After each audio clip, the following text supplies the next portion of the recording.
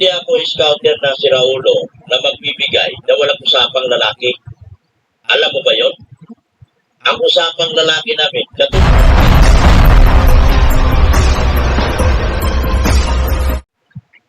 Mukhang pagkatapos ng live selling, no?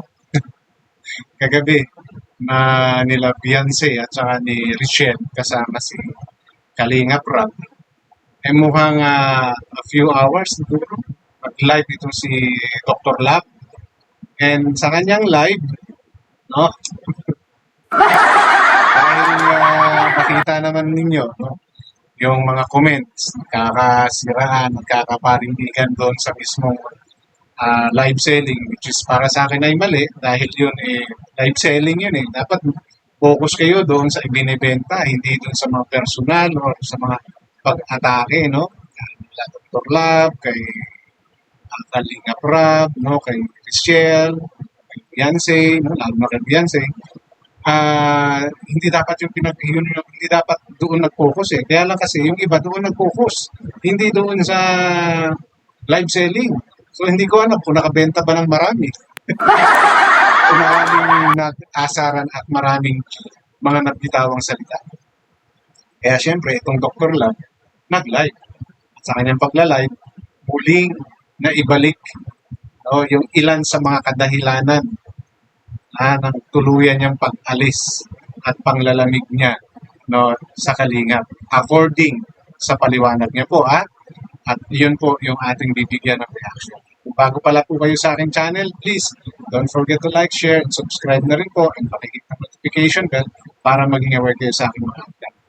Any comment, suggestion, recommendation, leave it on our comment section. Issue lang po tayo, walang personalan. Matuto po kayo mag-fact check para hindi po kayo mapagsabihan fake news. So, eto nga. Sa mga katulad ko na hindi pa aware sa real reason kung bakit one of the real reason kung bakit nawala o tinanggal itong si si Dr. Love at saka si Red Say, no? Ngayon po nagkakaroon na ako ng idea. Kasi may ilang mga hinanakit pala itong si Dr. Love maybe naipon, no? Kaya ganito yung nangyari. No? Hindi siya ay natanggal. So, ito po ay reason, no, ni Dr. Lab. Ngayon, yung totoong reason ng Kalingap, hindi po natin alam kung ano pa. Based kasi kay Kalingap Rab, kaya niya naman natanggal si yung dalawa because of mga violations, no, na nagawa nila. And I'm not very familiar with those violations na sinasabi. Ang malinaw lang dito ay itong nasabi ngayon ni Dr. Lab. If there are really enough reasons sa pagtatanggal kay nila Dr. Lab at saka kay Rachel, please comment it on our comment section.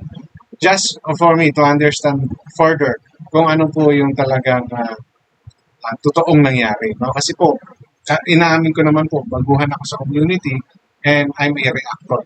So, I'm reacting based on what I understand and I analyze. Pero hindi po ibig sabihin nun, yun po yung tama talaga. No, opinion ko lang po yun.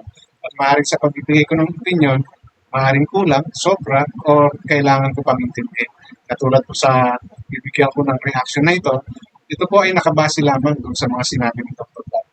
If it's really true. No, kasi yun po yung inilalaban niya. No? Yun po yung pinaninindigan niyang maaaring isa or major reason kung bakit siya tuluyang inalis o pinaalis sa Kalingap community. No?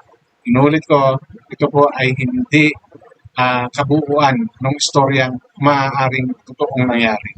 Ako po'y bumabase lamang sa sinasabi ni Dr. Lab. Okay? Siya po ay inalis. Yun sa kanya.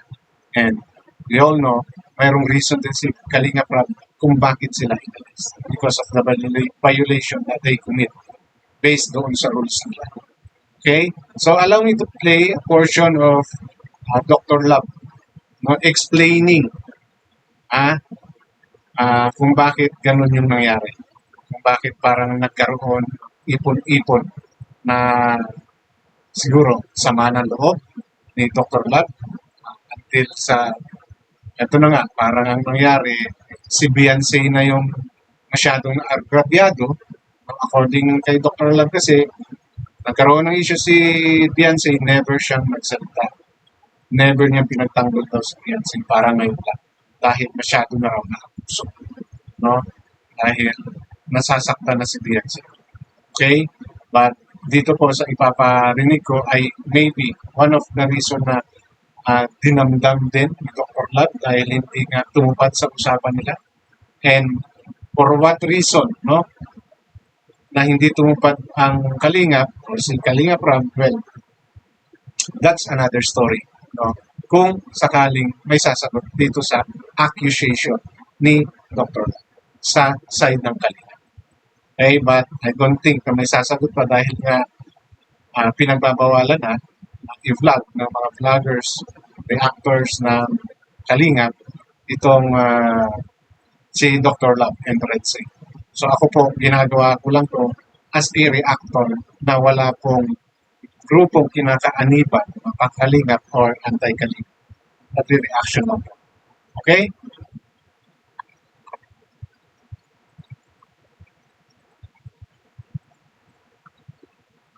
Ano? Ikaw una nag-vlog. O bakit mo pinasa? Pinasa! Kapalit. Pag nabahayan, ibalik sa akin.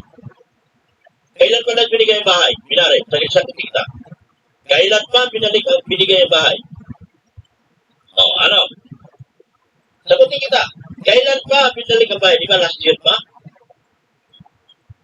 Na binigay pa sa akin? Hindi ako scouter na si Raulo na magbibigay na walang usapang lalaki. Alam mo ba yon? Ang usapang lalaki namin, katulad kay Marian, sino unang nag-vlog yan? Di ba si Ram? Pagkatapos babahayan si Marian, binigay sa akin. Kaya si Marian na sa akin hanggang ngayon. By views ko, wala si Marian na sa akin. Si Beyonce, kailan binigay ang bahay? Yan ang usapan namin.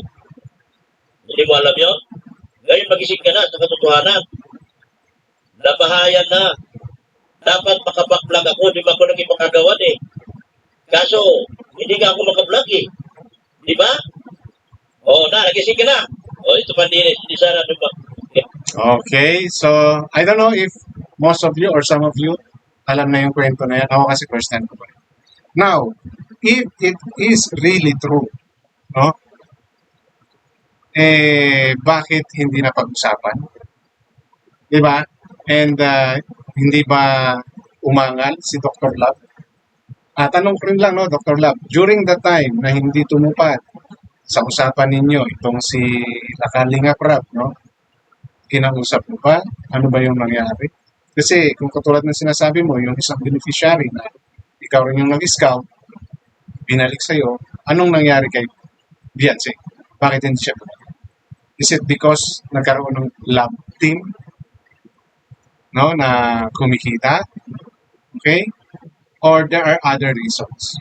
And siguro mayroon kayong further na pinag-usapan na baka hindi mo nakalimutan mong sabihin dito nung kayo nagpapaliwanag dyan sa isa sa mga pumasok sa'yo at kino-question ka. No, kasi yun lang naman yung ano eh. Kung may pag-uusap kayo sa umpisa pa lang, no, na pag nabahayan siya, si Beyonce ay ibabalik sa'yo at hindi nangyari, di ba dapat kino-question mo yun? Tanong ko lang sir, Dr. Lab, kasi wala nang masama kung pinaalalahanan mo siya.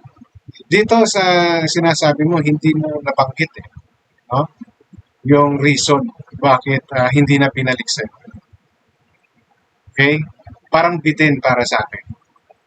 Kasi kung ganyan may pag-uusap kayo, pwede mo naman siyang balikan. Pwede mong balikan si Kalingap Rob. Akala ko ba ang usapan natin na pag naibalik niya yung pabahay, ay pag napabahayan niya na, ibabalik niya sa akin. At ako naman. Di ba? Pero parang bitin kasi yung paliwanag mo rito sa nagko-question sa'yo. Kung hindi binalik nga si Beyonce. And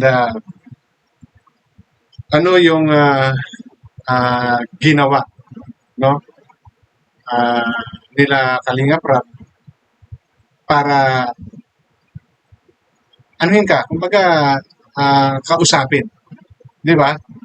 Kasi may kulang eh. May kulang dito sa paliwanag. And I don't know kung sinagot na ba to ni La Kalinga Prab before. Kasi wala rin namang sinabi si Dr. Lab dito eh. No, na kung siya ba ay pinaliwanagan no, nila Kalinga Prab about dyan sa concern niya na yan. Okay? So medyo bitin. Ngayon, maybe some of those na makakapanood nito, you can share your comment on our comment section kung may paliwanag nga ba, kung ano nga ba yung naging paliwanag ng Kalinga or ni Kalinga Prab dito sa sinasabi nito ni Dr. Lab. Kasi if they never say any, no, or wala silang paliwanag sa hindi pagbibigay kay Dr. Lab, kay Beyonce, after mapabahayan, well, may mali nga siguro kanila Kalinga Prab. But I don't think, no, na basta-basta na lang mananahimik sila Kalinga Prab if merong ganung usapan. If may ganung usapan. Medyo hindi ko natapos itong ano ni Dr. Lab pero wala akong narinig kasi na magpapatunay na naipaliwanag or nakapag-usap sila ni Kalinga Prab about diyan sa kasunduan.